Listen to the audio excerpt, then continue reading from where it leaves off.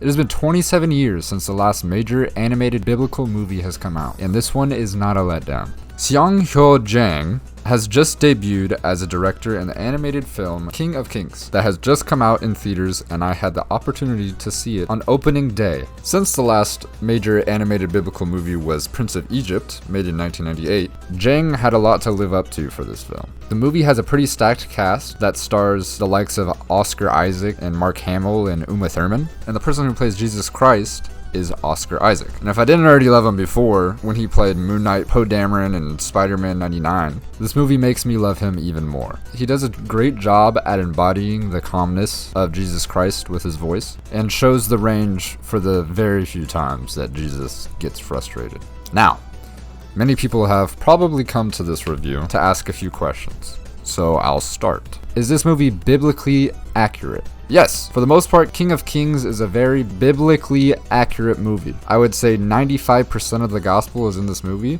and the 5% doesn't pertain too much to the story that it's trying to tell. There's many parts of this movie where I found myself saying the words that were going to be said in the movie before it was said, because of how accurate the script is to the Bible. And since this movie is told in the point of view of Charles Dickens telling the story to his son, there are many moments that aren't in the Bible at all that just have to do with the family, but it doesn't take away from the story of Jesus. These moments actually probably keep the kids watching and engaged to the movie more. They also convey the message of Jesus in a childlike manner.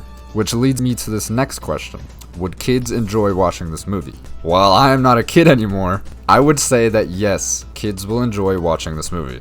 The way that they tell the story is very entertaining without being like blasphemous or anything like that. There are also many things that they added for the kids to stay engaged with the movie that aren't just Jesus, while still keeping Jesus as the main focus of it. And obviously, this is a PG movie, so they aren't going to have as much of the brutal things that the Bible does, but they do show what happens at a more mild viewing for the children. Which adds another question. Will adults like this movie? As an adult, I loved this movie. Not only because it tells the story of Jesus, but because I found it very entertaining as well. I can't tell the reactions of someone from a perspective that doesn't have their faith in Christ, but I know I cried at least 6 times during this movie.